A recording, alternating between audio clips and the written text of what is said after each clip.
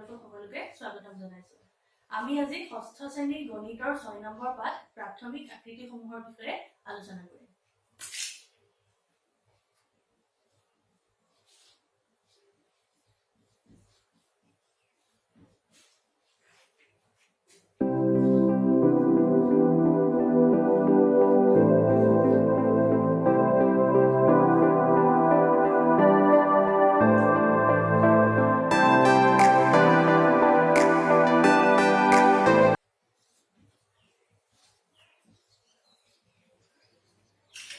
প্ৰাকৃতিক আকৃতি বুলি ক'লে তোমালোকে মনত পেলোৱাচোন আমাৰ চাৰিওফালে আমি কেনেকুৱা ধৰণৰ আকৃতি আমি আমাৰ দৈনন্দিন জীৱনত দেখি থাকো। এটা মই হাতত লৈ থকা পেনটো,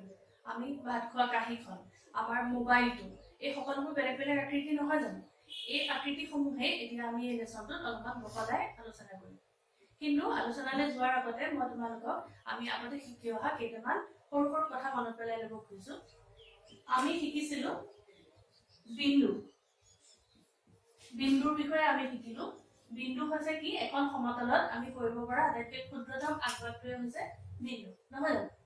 আৰু আমি শিকিছিলো ৰেখাখণ্ডৰ বিষয়ে।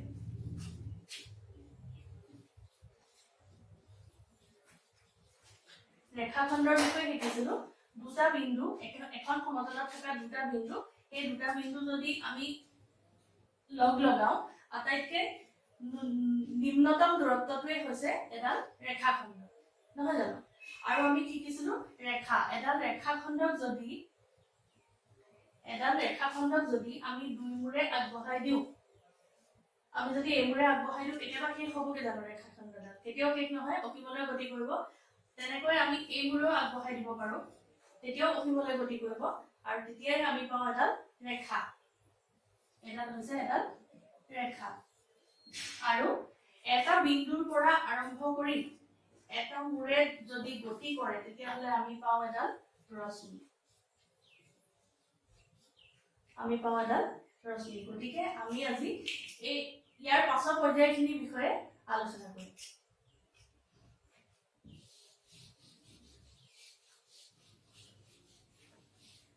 আমাৰ প্ৰথম আলোচনাৰ বিষয়টো হ'ব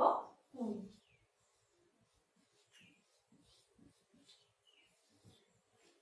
আমি শিকি আহিছিলো কোণৰ বিষয়ে। এটা বিন্দুৰ পৰা যদি দুডাল ৰশ্মি দুটা বেলেগ দিশত গতি কৰে, ধৰা হল এডাল ৰশ্মি এই দিশত গতি কৰিছে, আন এডাল ৰশ্মি এই বিন্দুটোৰ পৰাই আন এটা দিশত গতি কৰিছে, তেতিয়াহ'লে আমি এই বিন্দুটোত যিটো আকৃতি গঠন হয় সেইটোৱে হৈছে এটা কোণ, নহয় জানো? এইটো এটা বিন্দু O বিন্দু বুলি ধৰি লৈছো। এডাল ৰশ্মি OA এই দিশত গতি কৰিছে, আন এডাল ৰশ্মি OB এই দিশত গতি কৰিছে, তেতিয়া আমি যিটো আকৃতি O বিন্দুত গঠন হয় সেইটোৱে হৈছে এটা কোণ। আমি এই বিষয়ে শিকি আহিছিলো। এতিয়া আমি বেলেগ বেলেগ ধৰণৰ জানো কোণ আঁকিব নোৱাৰো? এইটো এটা কোণ মই আঁকিলো। এই বিন্দুটোৰ পৰা এডাল ৰশ্মি এইফালে গৈছে, এডাল চিধাকে ওপৰলৈ গৈছে, এইটো এটা কোণ হ'ব।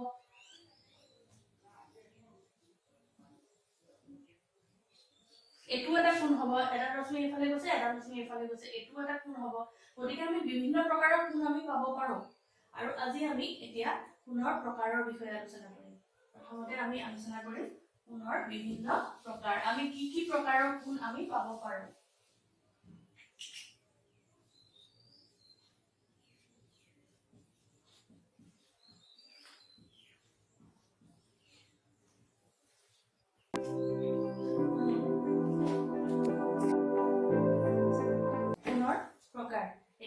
কেনেকুৱা প্ৰকাৰৰ কোণ আমি পাব পাৰো সেই বিষয়ে অলপমান শিকি লওঁচোন। মই এডাল ৰশ্মি আঁকিছো। O বিন্দুৰ পৰা আৰম্ভ হৈছে, এই দিশে গতি কৰিছে, ধৰা হল ৰশ্মিডালৰ নাম OA। আন এডাল ৰশ্মি মই আঁকিছো এই OA তে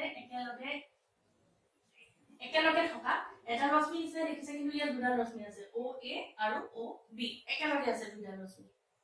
দেখিবলৈ একে নিচিনা লাগিছে কাৰণ দুডাল একেলগ হৈ আছে। আন এডাল ৰশ্মি আছে OB। এতিয়া আমি এটা কাম কৰিব পাৰো, OA একে জেগাতে ৰাখি OB ৰশ্মিডালক আমি ইফাল সিফাল যদি অলপমান কৰি দিওঁ তেতিয়াহ'লে কি হ'ব তোমালোকে চোৱাচোন। এই OB ৰশ্মিডাল যদি আমি উঠাই আনি O বিন্দু একেই ৰাখি আদি বিন্দুটো O বিন্দুটো একেই ৰাখি যদি আমি O B ডাল এইখিনি পোৱাহি O B ইয়াত আছিলে O B এতিয়া এইফালে গুচি গ'ল আমি ইয়াৰ পৰা উঠাই নি ইয়াত পোৱাই দিলো তেতিয়া এটা কোণ উৎপন্ন হ'ল এটো এটা কোণ উৎপন্ন হ'ল আমি এই O B ৰশ্মিডাল আকৌ বেলেগ জেগালৈ যদি খলনা খলনি কৰো জেগাটো যদি খলনা খলনি কৰো আমি সিধা ইয়াত লগাই দিবগে পাৰিম এই O B ৰশ্মিডাল আমি ইয়াত লগাই দিছো গতিকে এই O B ৰশ্মিডাল এইখিনিত আৰু নাই এই O B ৰশ্মিডাল এইখিনিত আৰু নাই O B ৰশ্মিডাল এইখিনি আহি গ'ল সিধা একদম এল আখৰটোৰ দৰে এটা আমি আকৃতি পালো এইটো এটা কোণ কিন্তু আগৰ যেটো কোণ আছিল মই আগৰ কোণটো এনেকুৱা ধৰণৰ এটা কোণ হৈছিল O B ডাল এটা O B ৰশ্মি এই O B ৰশ্মিডাল আমি এইখিনি টানি লগাওতে এনেকুৱা এইখিনিলৈকে এটা কোণ হৈছিল এইটো এটা কোণ হৈছিল এই আগৰ কোণটো এক নম্বৰ আমি যেটো কোণ পাইছিলো এই কোণটো এই এতিয়া আমি যেটো ডাঙৰ কোণ পালো সেই কোণটোতে এই আগৰ কোণটো কিন্তু সৰু আছিল নহয় জানো এতিয়া আমি যেটো এতিয়া নতুন যেটো কোণ পালো O B ৰশ্মি ইয়াত সিধা এল আখৰটোৰ দৰে এই কোণটোক কয় সমকোণ এল আখৰটোৰ দৰে যেতিয়া আমি কোণ পাও তেতিয়া হলে তাক কোৱা হয় সমকোণ এইটো হ'ব সমকোণ একেবাৰে সিধা এটা ৰশ্মিৰ আন্ধাৰ ৰশ্মি একেবাৰে সিধা এল আখৰটোৰ দৰে এটা আকৃতি লৈছে এনেকুৱা কোণক কোৱা হয় সমকোণ সমকোণৰ বিষয়ে আৰু কিছুমান কথা আমৰা জানিবলগীয়া আছে সেইখিনি আমি পিছৰ পৰ্যায়ত শিকিম এইটো হৈছে সমকোণ তাৰ পাছত আমি O B ৰশ্মিডাল যদি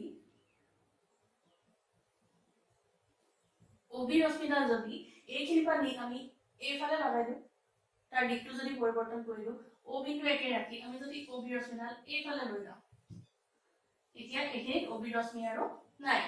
O B ৰশ্মি আহি গ'ল এইখিনি তেতিয়া হলে আমি আন এটা কোণ পালো এতিয়া এই কোণটো এইখিনি আহি গ'ল আমি যেটো সমকোণ পাইছিলো এই সমকোণতকে এই কোণটো এটা ডাঙৰ হ'ল নহলে এই কোণটো ডাঙৰ হ'ল গতিকে এনেকুৱা ধৰণৰ কিছুমান আমি কোণ পাব পাৰো এতিয়া এই O B ৰশ্মিডাল যদি আমি আকৌ জেগাটো খলনি কৰি ইয়াৰ পৰা নি আমি সিধা এইফালে লগাই দিও একেবাৰে সিধা এটা কি হ'ব দুডাল ৰশ্মি OA আৰু আনডাল ৰশ্মি OB একেবাৰে সিধা হৈ গ'ল এডাল সৰল ৰেখাৰ দৰে গতিকে এনেকুৱা ধৰণৰ কোণক কোৱা হয় সৰল কোণ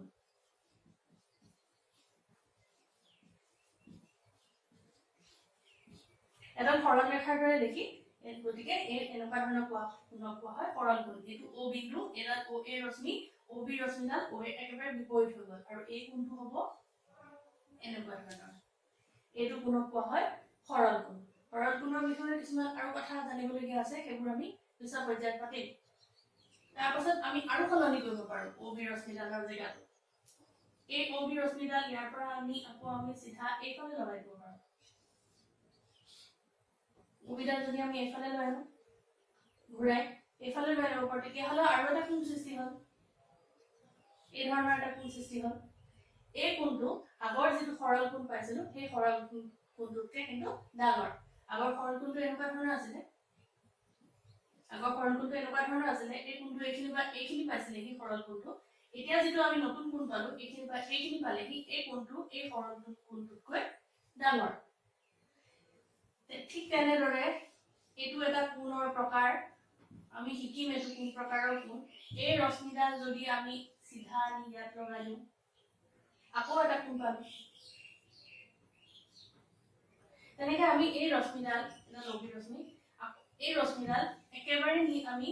OA ৰশ্মিডালত নি লগাই দিবগে পাৰিম OA ৰশ্মিডালত নি এই O B ৰশ্মিডাল ঘূৰাই নি আকৌ ইয়াত নি লগাই দিবগে পাৰিম গতিকে O B ডাল প্ৰথমতে ইয়াতে আছিলে এপাক ঘূৰি আকৌ OA ৰশ্মি একেলগ হৈ গ'লগে এপাক ঘূৰিলে গতিকে এনেকুৱা ধৰণৰ কোণক কোৱা হয় সম্পূৰ্ণ কোণ এপাক ঘূৰি উৎপন্ন হোৱা কোণক কোৱা হয় সম্পূৰ্ণ কোণ OA আছিলে O B ৰশ্মিডাল এপাক ঘূৰি মই দেখুৱালো প্ৰত্যেকটো পজিশনত মানে দেখুৱালো O B ডাল এপাক ঘূৰি আনি আকৌ OA তে আহি লগে দিলে এপাক ঘূৰি উৎপন্ন হ'ল কাৰণে সম্পূৰ্ণ এপাক ঘূৰি উৎপন্ন হ'ল কাৰণে ইয়াক কোৱা হয় সম্পূৰ্ণ কোণ সম্পূৰ্ণ কোণৰ কিছুমান আৰু কথা শিকিবলগীয়া আছে সেই বিষয়ে আমি ইয়াৰ পাছৰ পৰ্যায়ত আলোচনা কৰিম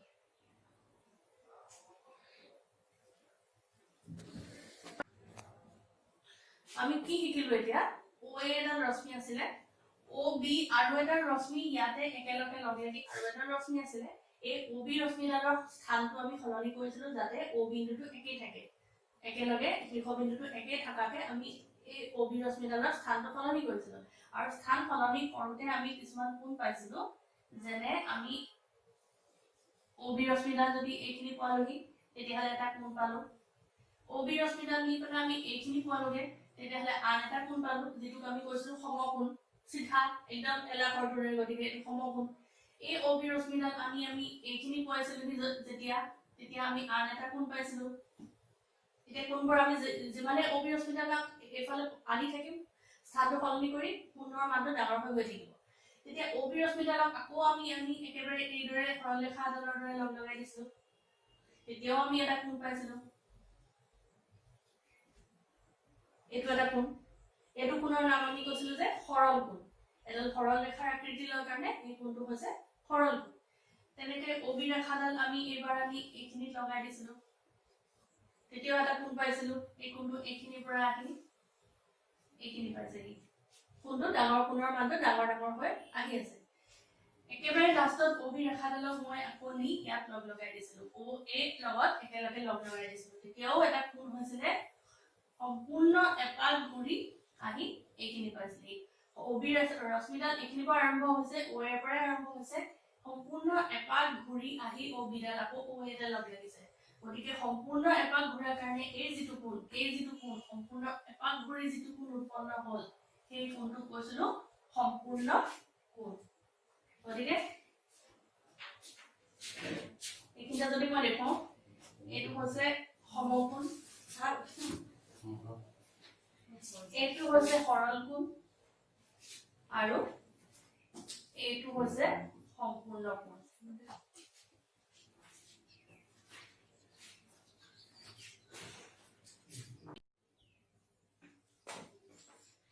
আমি কোণৰ প্ৰকাৰৰ বিষয়ে শিকিলো এতিয়া আমি কোণ কেনেকৈ জোখে সেইটো শিকিম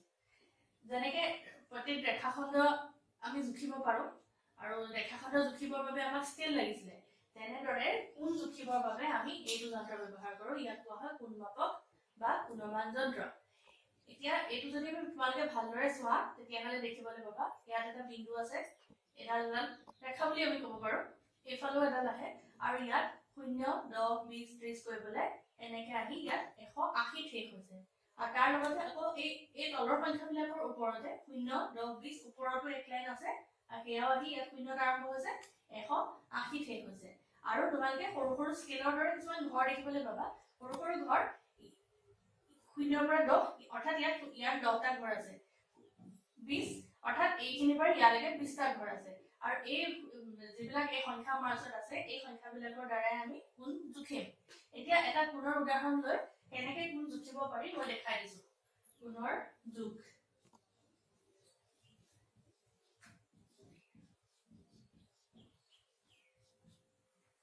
এটা কোণ মই আঁকি লৈছো যিকোনো এটা কোণ আঁকি লৈছো এডাল ৰশ্মি আকৌ এ ও বি ৰশ্মিৰ উদাহৰণ লওঁ এইফালে আন এটা ৰশ্মি গৈছে ও বি এই কোণটোৰ মান কিমান সেইটো আমি জুখিবৰ কাৰণে কি কৰিব লাগিব তোমালোকৰ ইয়াত এটা বিন্দু আছে মন কৰিবা এই বিন্দুটো আমি এই আদি বিন্দুটো বা শীৰ্ষ বিন্দুটো মিলাই লওঁ আৰু এই ৰেখাডাল এই ৰশ্মিডাল আমি ইয়াত মিলাই লওঁ ইয়াৰ লগত মিলাই লওঁ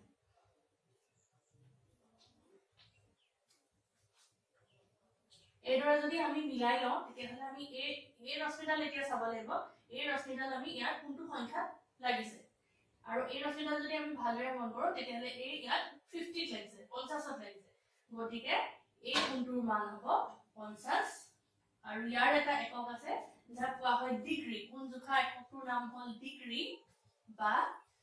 ইয়াত এনেদৰে লিখা হয় 50ৰ ওপৰত যদি আমি শূন্য এটা লগাই দিওঁ তাক ডিগ্ৰী বুজায় কোণৰ এককটো হ'ল ডিগ্ৰী আৰু তাক এইদৰে লিখা হয় 50 ডিগ্ৰী আমি কোণটো জুখি পালো 50 ডিগ্ৰী 50ৰ ওপৰতে ঠিক শূন্য এটা লগাই দিলে হৈ যায় ডিগ্ৰী গতিকে এইদৰে কোণ জোখা হয় তোমালোকে বিভিন্ন ধৰণৰ কোণ তোমালোকৰ বহিত আঁকি লৈ কোণমান যন্ত্ৰ তোমালোকৰ জ্যামিতি বক্সত আছে জ্যামিতি বক্সৰ পৰা উলিয়াই লৈ বিভিন্ন ধৰণৰ কোণ তোমালোকে আঁকি ল'বা আৰু কোণমান যন্ত্ৰডালৰ সহায়ত কোণবিলাক আঁকি কোণবিলাক জোখ লৈ পেলাই কোণমান যন্ত্ৰৰ ব্যৱহাৰটো তোমালোকে নিজে শিকিবা আৰু এটা কোণৰ জোখ লবলৈ মই দেখাই দিছো অলপ ডাঙৰ কোণ এটা আমি আঁকি লৈছো আকৌ ঠিক সেইদৰে এই আদি বিন্দুটোত আমি এই বিন্দুটো মিলাই লম আৰু এই লাইনডালত এই ৰশ্মিডাল মিলাই লম দুটা ৰশ্মি এই বিন্দুটোত মিলাই লম আমি এইটো বিন্দু আৰু এই ডালত মিলাই লম আমি এই ৰশ্মিডাল আকৌ হেদৰে যদি ভালদৰে মিলাই তোমালোকে চোৱা এই বিন্দুটোত মিলাই ললো এইটো বিন্দু আৰু এই ৰশ্মিডাল আমি ইয়াত মিলাই ললো এতিয়া যদি আমি এফালে চাও তেতিয়াহলে মন কৰিবা তোমালোকে ইয়াত কোনটো সংখ্যাত এই ৰশ্মিডাল পৰিছে 110 আৰু 120 ৰ মাজতে অৰ্থাৎ এইখিনি হ'ব 115 আমি যদি ঘৰগিটা তোমালোকে জুখি চোৱা 110 আৰু এইখিনি হ'ব 100 এইখিনি পাবহি 5 গতিকে 110 ৰ লগত 5 মিলি 115 গতিকে এই কোণটোৰ মান হ'ব 115 ডিগ্ৰী আৰু ডিগ্ৰীটো আমি কেনেকৈ লিখো 115 ডিগ্ৰী গতিকে এইদৰে কোণৰ মান জোখা হয় এতিয়া মই তোমালোকক কোণৰ প্ৰকাৰৰ কথা কওঁতে মই তোমালোকক সমকোণৰ বিষয়ে ক'লো এই ধৰণৰ কোণবিলাকক কোৱা হয় সমকোণ মই তোমালোকক সেইদৰে কৈছিলো এই ধৰণৰ কোণবিলাকক কোৱা হয় সমকোণ যিটো এক আখৰটোৰ দৰে আকৃতি লয় এতিয়া আমি চাওচোন সমকোণটো জুখি পেলাই চাওচোন কি ওলায় গতিকে আমি যদি এটা সমকোণ জুখো এই আদি বিন্দুটোত লগাই দিলো ইয়াৰ বিন্দুটো আদি বিন্দুটোত লগালো আৰু এই ৰেখাডাল আমি ইয়াত যদি কোণ কৰি লওঁ তেতিয়া হলে এইটো পাইছাকে এইটো হৈছে 90 আমি যদি এটা সমকোণৰ জোখ লওঁ তেতিয়া দেখিম যে এইটো 90 ডিগ্ৰী হয় গতিকে সকলোবোৰ সমকোণৰ মান হয় 90 ডিগ্ৰী অৰ্থাৎ 90 ডিগ্ৰী কোণকে কোৱা হয় সমকোণ 90 ডিগ্ৰী কোণক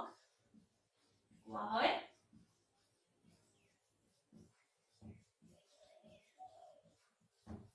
সমকোণ 90 ডিগ্ৰী কোণক সমকোণ বোলে আন এটা কোণ লৈ চাওঁ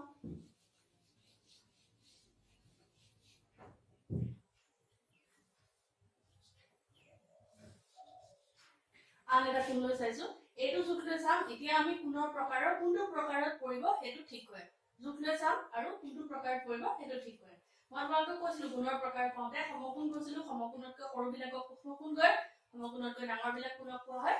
স্থূলকোণ এতিয়া আমি চাওচোন এইটো কোনটো প্ৰকাৰৰ কোণ হয় যদি আমি জোখ লৈ চাওঁ তেতিয়াহলে এইটো পৰিছে 60 অৰ্থাৎ এই কোণটোৰ মান হ'ল 60 ডিগ্ৰী গতিকে এইটো 90 ডিগ্ৰীতকৈ সৰু আৰু 90 ডিগ্ৰীতকৈ সৰু যিবিলাক কোণ হয় সেইবিলাকক কোৱা হয় সূক্ষ্মকোণ গতিকে এই কোণটো হ'ব সূক্ষ্মকোণ এইটো এটা সূক্ষ্মকোণৰ উদাহৰণ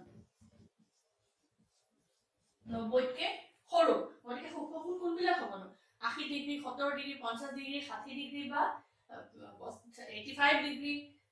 10 ডিগ্ৰী 15 ডিগ্ৰী এই সকলোবোৰ কোণ 90তকৈ সৰু গতিকে এই সকলোবোৰ কোণ আহিব সূক্ষ্মকোণত আৰু সূক্ষ্মকোণৰ আকৃতিবোৰ এনেকুৱা ধৰণৰ হয় 90তকৈ সৰু এনেকুৱা ধৰণৰ হয় এইবিলাক হৈছে কিছুমান সূক্ষ্মকোণৰ উদাহৰণ প্ৰত্যেকটোৰে যদি আমি কোনোবা কোণমাপকৰ সহায়ত আমি জোখ লৈ চাওঁ তেতিয়া প্ৰত্যেকটোৰে এটা জোখ ওলাব আৰু সেই জোখবোৰ হ'ব 90তকৈ সৰু আন এটা কোণৰ উদাহৰণ লওঁ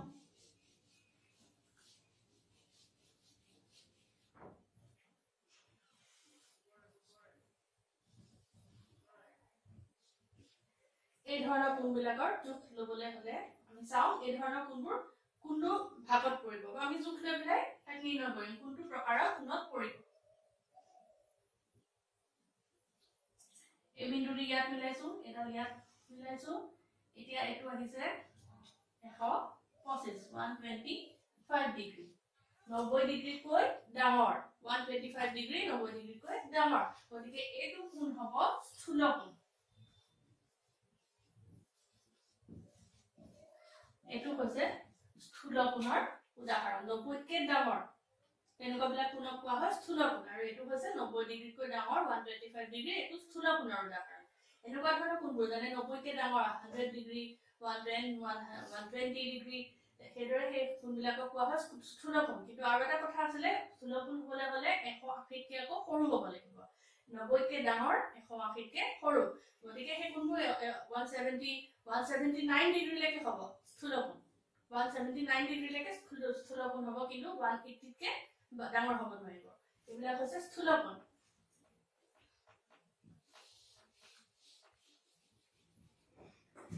আন এটা কোণ আমি পাইছিলো সেইটো আছে সৰল কোণ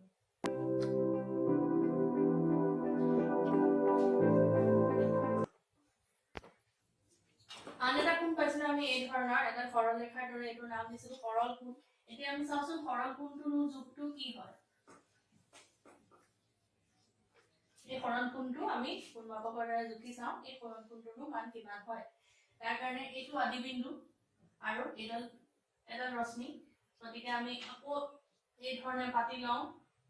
এইটো আদি বিন্দু ইয়াত লগাইছো আৰু এডাল ৰশ্মি ইয়াত একেলগে মিলাই লৈছো আৰু এইডাল ৰশ্মি কোলৈ আহিছে আমি এতিয়া চাব লাগিব এইডাল ৰশ্মি যে আহিছে এইডাল ৰশ্মি আহিছে এই যোগটো হৈছে 180 গতিকে সৰল কোণ এটাৰ মান হয় 180 ডিগ্ৰী সৰল কোণ এটাৰ মান হয় প্ৰত্যেক সৰল কোণৰে মান হয় 180 ডিগ্ৰী আৰু 180 ডিগ্ৰীতকৈ যদি ডাঙৰ কোণ হয় সেইবিলাক হয় প্ৰবৃদ্ধ কোণ আৰু সেইদৰে এতিয়া আমি চাম আৰু এটা কোণৰ বিষয়ে মই তোমালোকক কৈছিলো সমকোণ সৰল কোণ আৰু সম্পূৰ্ণ কোণটো এই ধৰণৰ হয় ইয়াত দুটা ৰশ্মি আছে কিন্তু এটাৰ দৰে লাগিছে অৰ্থাৎ এটা ৰশ্মি সম্পূৰ্ণ এপাক মাৰি আহি আকৌ এই ৰশ্মিটোতে মিলিছেহি গতিকে সম্পূৰ্ণ এপাক মাৰি আহিছে গতিকে ইয়াক কোৱা হয় সম্পূৰ্ণ কোণ এতিয়া সম্পূৰ্ণ কোণৰ মান কিমান হ'ব তাৰ কাৰণে আমি গম পালো 90 ডিগ্ৰী কোণ হয় সমকোণ হয় 90 ডিগ্ৰী আৰু সৰল কোণ হয় 180 ডিগ্ৰী এতিয়া আমি সম্পূৰ্ণ কোণৰ মান হয় কিমান হয় সেইটো চাম তাৰ কাৰণে যদি আমি এই সম্পূৰ্ণ কোণটোক যদি দুটা ভাগত ভাগ কৰি পেলাও এই ধৰণে এই ৰশ্মিটো এটা ৰশ্মি আমাৰ ইয়াত আছে আৰু দুইটা ৰশ্মি ইয়াত আছে কিন্তু আমি যদি ভাবি লওঁ যে এটা ৰশ্মি ইয়াত আছে এটা ৰশ্মি ইয়াত এইখিনিৰ পৰা এইখিনি ৰশ্মিটো পাওঁতে অৰ্থাৎ এটা কোণ হ'ল সেইটো হৈছে সৰল কোণ এইখিনিৰ পৰা এইখিনি পাওঁতে সেইটো হৈছে 180 ডিগ্ৰী আকৌ যদি আমি তলত চাওঁ এই ৰশ্মিটো আকৌ এপাক মাৰি এইখিনি পাবলে অৰ্থাৎ এইখিনিৰ পৰা আহি এইখিনি পাবলে আকৌ 180 সৰল কোণ এটাই হ'ল অৰ্থাৎ আকৌ 180 হ'ল গতিকে এইখিনিৰ পৰা এইখিনি পাবলে দুটা সৰল কোণ হ'ল 180 এইটো কোণ 180 আকৌ এইটো কোণো 180 গতিকে এই সম্পূৰ্ণ কোণৰ মান কিমান হ'ল 180 ডিগ্ৰী 180 ডিগ্ৰী অৰ্থাৎ 360 ডিগ্ৰী অৰ্থাৎ এটা সম্পূৰ্ণ কোণৰ মান কিমান হয় 360 ডিগ্ৰী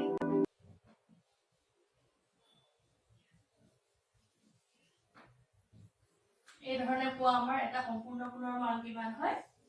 360 ডিগ্ৰী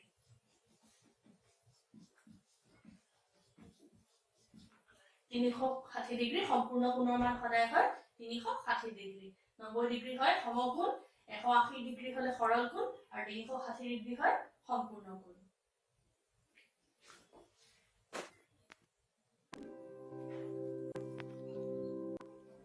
গতিকে আজি আমি আমাৰ আজিৰ লেসনটোত আমি কি শিকিলো আমি কোণৰ বিষয়ে শিকিলো কোণৰ 6টা প্ৰকাৰৰ বিষয়ে শিকিলো কোণৰ 6টা প্ৰকাৰ কি আছিল সমকোণ 90 ডিগ্ৰী কোণক সমকোণ কয় সৰল কোণ 180 ডিগ্ৰী কোণক সৰল কোণ কয় আৰু সম্পূৰ্ণ এপাক মাৰি যিটো কোণ হয় সেইটো সম্পূৰ্ণ কোণ এটো হয় 360 ডিগ্ৰী আৰু আমি আৰু তিনি প্ৰকাৰৰ কোণৰ বিষয়ে শিকিলো 90 ডিগ্ৰীতকৈ সৰু সমকোণ 90 ডিগ্ৰীতকৈ ডাঙৰ কিন্তু 180তকৈ সৰু এইখিনি হৈছে স্থূল কোণ আৰু 180 ডিগ্ৰীতকৈ যিখিনি ডাঙৰ কোণ হয় সেইখিনি হৈছে প্ৰবৃদ্ধ কোণ এই বিষয়ে শিকিলো আৰু আমি আৰু এটা বস্তু শিকিলো নতুন বস্তু সেইটো হৈছে কোণমাপকৰ দ্বাৰা কোণ জুখিবলৈ শিকিলো তোমালোকে বিভিন্ন ধৰণৰ কোণ তোমালোকৰ বহিত আঁকি এডাল ব্যৱহাৰ কৰি জ্যামিতি বক্স পাওঁগে এডাল ব্যৱহাৰ কৰি তোমালোকে কোণ জুখিবলৈ যত্ন কৰিবা নিশ্চয় পাৰিবা আৰু ইয়াৰ পৰৱৰ্তী ক্লাছত আমি ইয়াৰ পাঠভিত্তিক যিখিনি প্ৰশ্ন আছে সেই প্ৰশ্নখিনিৰ বিষয়ে আলোচনা কৰিম